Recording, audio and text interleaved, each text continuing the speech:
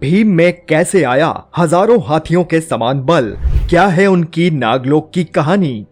त्रेता युग में असंख्य नर वानर, देव और दैत्य ऐसे थे जिनमें अपार बल था। कहने को ताड़का राक्षसी में 1000 हाथियों के समान बल था।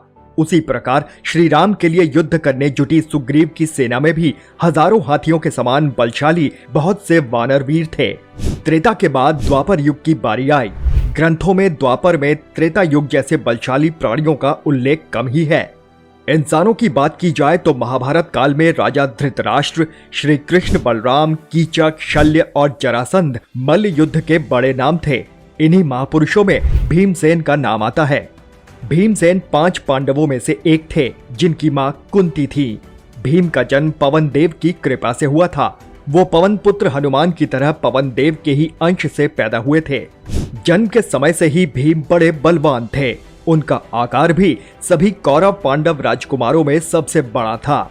बचपन के समय से ही दुर्योधन समेत सभी कौरव भाइयों को भीम से ईर्ष्या थी। वे भीम को मारने की फिराक में रहते थे।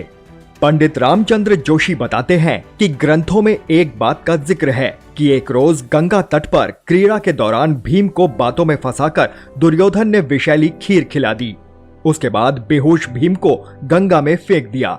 मूर्छित अवस्था में ही भीम डूबते डूबते नागलोक में पहुंच गए।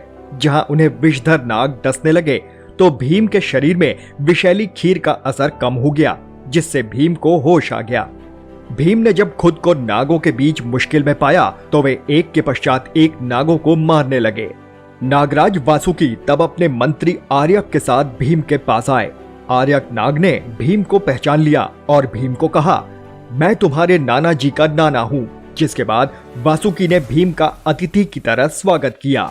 फिर आर्यक नाग के कहने पर भीम को नागलोक में 8 ऐसे दिव्य कुंडों का रस पिलाया गया जिनसे भीम का बल बहुत बढ़ गया। 8 दिन बाद भीम नींद से जागे तो उनके शरीर में हजारों हाथियों का बल आ चुका था। भीम के विदा मांगने पर नागराज वासुकी ने उन्हें उनकी वाटिका में पहुंचा दिया।